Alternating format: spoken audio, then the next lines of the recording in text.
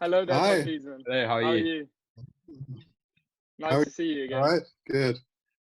How are you? You too. You too. So this is Very this is good. my Thanks. Yeah, I colleague. had a good day. Good, good. This is my colleague Felipe. So if it's Hi, all right I'm for him Felipe. sitting in as well. Of course, no problem at all. Perfect. Thank you. So I just wanted to start off by saying, well, obviously, thank you very much for coming to this interview. And I was wondering if you could give a brief introduction of your position and the work you do with for the cause of Black Lives Matter. Yeah, sure. So basically, I've been a doctor for more than 35 years. And during my medical career, I started to realize that education is a really important part of people's health. And obviously, as a doctor, I've also been interested in the issues around inequality, because if you solve the inequality, you solve the health problems. And also, if you solve the education problems, you solve the health problems as well. And one of my passions over the last few years was the idea of adding to the curriculum information about the history of discrimination and prejudice, so that at least children in schools could have a wider view about those issues, and some of them, people like yourselves, could be the activists who lead to future change. So that's really my position on that. Perfect. Thank you very much. So yeah, if it's fine with you, we'll get straight into it. And I want to start by asking, obviously, first, there's been a lot going on with George Floyd and the murder of Derek Chauvin. So I wanted to ask what your take was on the police brutality that we see in America, and how this issue can be dismantled. Yeah. What I'm hoping with the protest now is I'm hoping this is an inflection point in history. By that, I mean that we've had protests before. We've had LA riots, we've had Rodney King riots, we've had all sorts of riots over unfairness and treatment of black civilians. But this one seems to have really caused a lot of emotion around the world and countries all over the world. And it's wonderful to see in the protests, white people in the protests. So it's not just black people, it's all across the colors. And one of the issues clearly is that no person should die by another person leaning on their neck in peacetime. You know, even in war, it wouldn't be acceptable. And the issues around people like Breonna Taylor being killed in her own home by a police officer who mistakenly goes to her home. She's totally innocent and she's killed, and no one has any penalty for that so far to date. So I think it's very understandable, just on the basic levels of humanity and justice, that many people are angry, many people don't think this is acceptable, and many people think there should be change. Yeah. And how would you say seeing, sorry, one sec, Phil, just seeing with this very clear problem, what would you say is the way of going around dismantling it and fixing? Because I know a lot of people argue the cause of defunding the police in America. So I want to ask your opinion on that.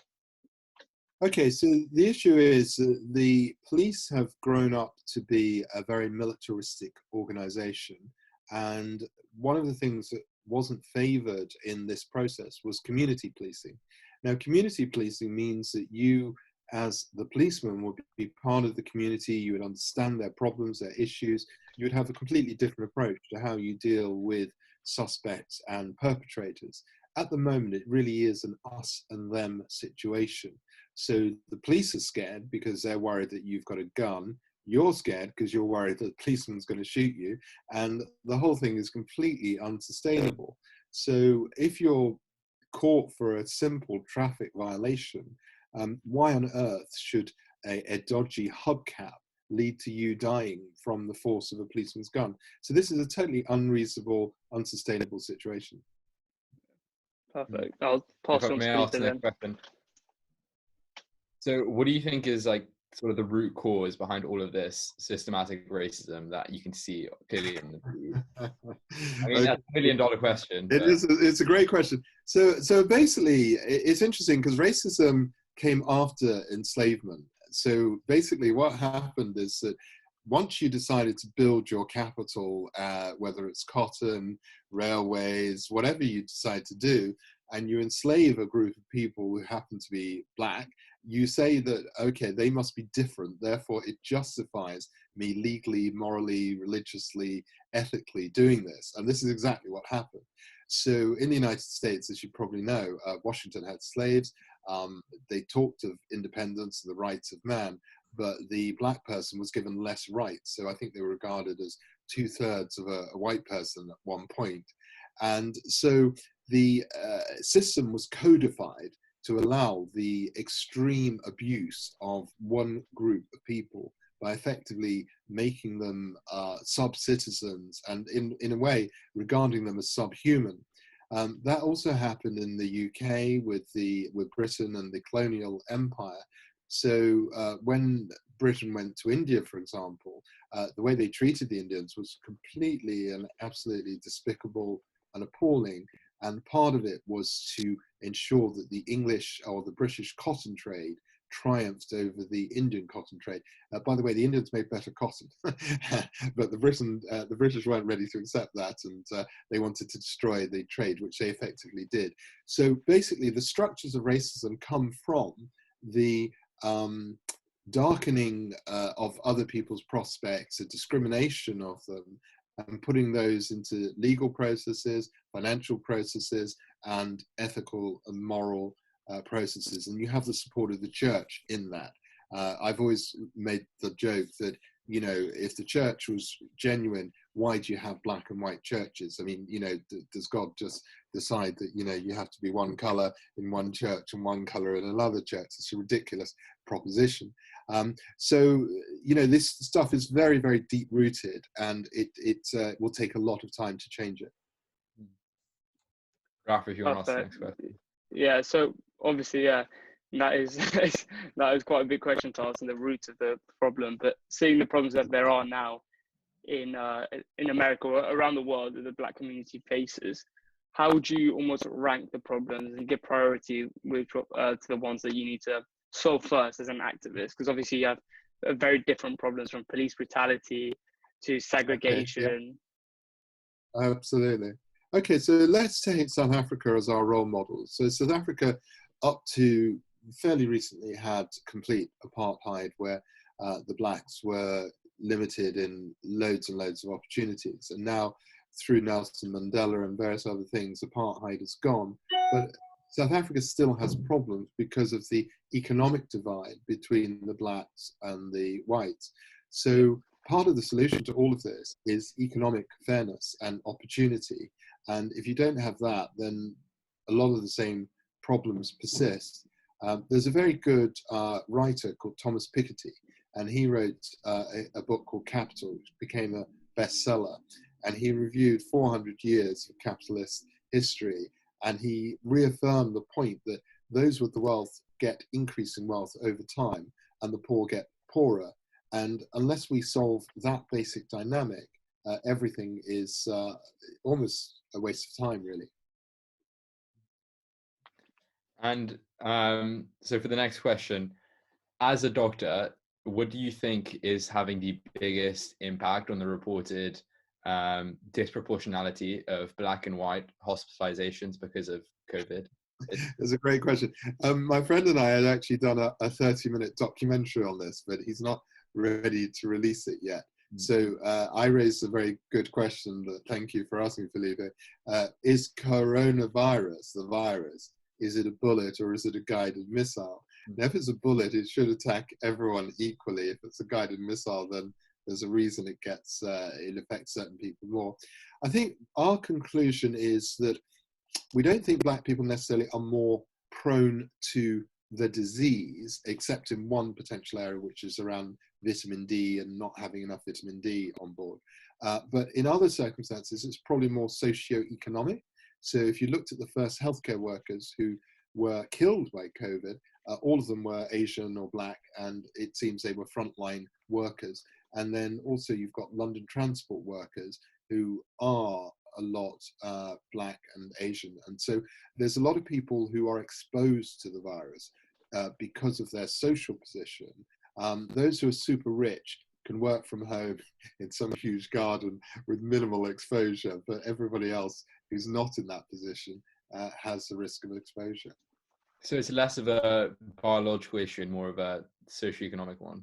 That's what we think at the moment, but it's a really important question. No one has a fixed answer, but once the documentary is released, I look forward to sharing it, and we did interview various specialists on this subject. Great.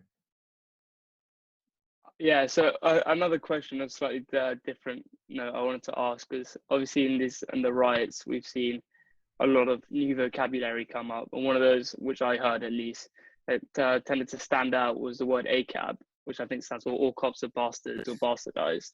So I don't know what you thought of the meaning behind it and how it's used and whether you agree or not. Yeah, so what happens is extremist positions don't really help. And we know that you can't say all cops are bastards because there are some decent policemen with decent intent. But as someone rightly said, you shouldn't talk about your rotten apples either, because what they forget is the real analogy is a rotten apple spoils the whole barrel. And the police officers who just watched as George Floyd was killed and executed effectively are in many ways as guilty as the one who actually leaned on his neck. So the issue is that if you're in the police and you genuinely want to create change and you're committed to fairness, then you have to out yourself as an anti-racist rather than being somebody who tries to be neutral. You have to actively be anti-racist. In Germany, they've got a problem where they've discovered that some of their police and military officers are parts of the far-right organizations. So this, in a way, has to be completely rooted out of those forces. It will be difficult and it will take time, but with the right intent, it can be done. Thank you. And so, as you know, a lot of the kind of pull and reason why the more recent riots of Black Lives Matter appear to have, well, not so much riots, protests, appear to have gotten so much more traction in the law and politically is attributed a lot to social media. Mm-hmm. To what extent do you think that this is kind of the main reason why it's got so far, or do you think that it's kind of something that was inevitable? Well, it's very interesting because apparently a lot of Black parents in the United States teach their children how to use their devices with one touch so that they can quickly record events and abuse. So you're right that the reason we know about George Floyd and it's so emotional is there's the video, and we know about many other situations because we have the videos. The thing about social media, it's sort of a pro and a con. That's a positive that we have more awareness, but we also know that there are political groups who are racist and evil in a sense, who will use social media for their purposes as well. And what we have to accept is that the people who want to keep white supremacy as a major factor will have a reverse fight, and they will find ways to demean the Black Lives Matter group, demean the activists, and people like Steve Bannon. I regard him as one of the most evil men on the planet at the moment. He will have a clear strategy as to how he's going to countermand a lot of the protests and demands for fairness to maintain the existing status quo. I mean, on the subject of politics, what do you think that the outcome of the next election is going to be quite decisive in determining the outcome of Black Lives Matter? Because you can look at it from two perspectives. The first being that if Trump gets reelected, it'll kind of, a lot of the tension will boil over and increase because people will not be willing to take this on a daily basis for another 4 years. But then on the other hand, like Biden has been seen as much more of an ally to Black people and the movement in general. So what's your kind of take on that? Well, it's a really defining election for America and for the world. One of my favorite Black Lives Matters posters was a young girl with a sign that said, we're not trying to start a race war, we're trying to stop one. And I think that's incredibly powerful. If you look at what Trump's done, he's done a lot of dog whistling, he's done a lot of signaling. He wasn't prepared to denounce the white supremacists. In fact, he made the Proud Boys quite prominent in his action. And I love the fact that people like George Takei, who used to be in Star Trek, have used social media to take the Proud Boys and turn it into a gay thing. So that's just absolute genius in terms of changing the conversation. So yeah, I think clearly if Trump wins, I hope and believe it's unlikely, but if he does, the tensions will get worse and worse and worse, and the violence will probably increase exponentially. If Biden wins, then there is a chance for aspects of reconciliation and understanding. He'll have a very hard job because this stuff is very, very deeply embedded into the system, and it will take a long time to create change, more than one presidential term. Perfect. Thank you very much. And just, I think I had a bit of a more controversial question, which tends to get argued about quite a lot, on Black Lives Matter more as an organization than a movement. There are those who argue that Black Lives Matter as an organization hasn't had much of an impact to putting a stop to racism, and instead almost focus their activism on more symbolic activism, such as cancel culture. And I'm sure you've heard a lot of that stuff going around. So I don't know what your opinion is on the organization and what they... Yeah, to be honest, I'm not qualified to comment on the organization. I don't really know its leadership. I've not seen its manifestos and everything else. But let me take you back in history. So you had the Black Panther movement, who did actually produce a 10-point manifesto and were very clear in their aims. And they sought, more fairness, better education, better food, schools, all sorts of things. And they were taken down effectively by the American hierarchy, specifically, I'd say, a combination of the CIA and the FBI. Black Lives Matter will be infiltrated. And in that process, people's versions of them will be distorted. Excuse me, just a cough. But, sometimes people with good intent aren't good organizers, and we have to accept that. Yeah. More specifically, in answer to cancel culture, it's a difficult one. Because on the one hand, we all like the idea of free speech.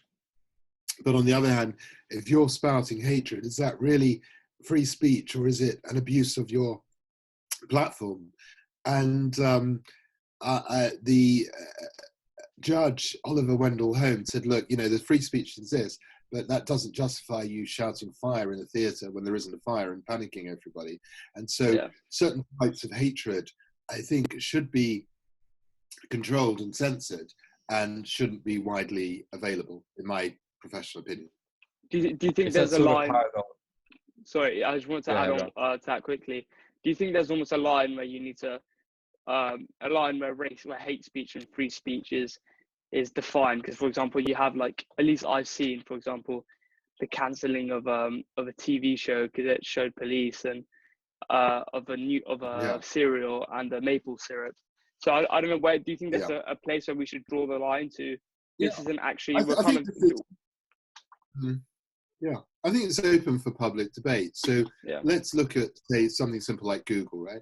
So Google has a search function, and Google could choose not to have anything come up when you put in Jewish jokes or jokes about black people or whatever. Google could choose to not make those things available, but it hasn't yet. People have challenged Facebook on this issue, and some advertisers have stopped advertising with them. So there are issues where I think it's beyond freedom of speech. It's about the suppression or the amplification of voices of hatred. And I don't think that voices of hatred do us as a human species much good, because they can be very attractive to certain people. They can lead to those people seeking to harm others. So I do think we should think very carefully about what we allow in terms of voices of hatred. Sort of that paradox. It's like, to be a tolerant society, you almost have to be intolerant of intolerance. And so it's quite hard to make that distinction. It is. People have debated this for years, but there's an American, Thoreau, And he was very pro civil disobedience, because his argument was that if the legal system is maintaining a system that is inherently unfair, then the sensible thing is to try to overthrow it in some way, shape, or form. So, like on the theme of revolution, how do you see the Black Lives Matter movement progressing in the future? Wow. I know it's it's a great question. I mean, okay, if I'm totally honest, it's up against an enemy that is so well organized and so well established. The most likely thing is it will be suppressed and stopped. That is the most likely outcome, because it literally is a David and Goliath type of situation. There is a small chance that the David is able to find the slingshot, and the slingshot is able to collapse the Goliath. But that will take, as I think you've hinted, better strategic approaches, better organization, and the right coalition of talent that makes the necessary changes to these structural issues. So one of the things that I'm very pleased to see is one of the major investment groups has said to the FT 200 boards that they are going to discourage investment unless they show more diversity on their board. So that actually is a game changer. And once you've got more diversity on boards, there is a potential for more change in employment opportunities. And also, if you've got the different type of people looking at economics, then we can set up systems, whether it be universal credit or encouraging funds available to people from more neglected backgrounds, so that they can progress up the ladder.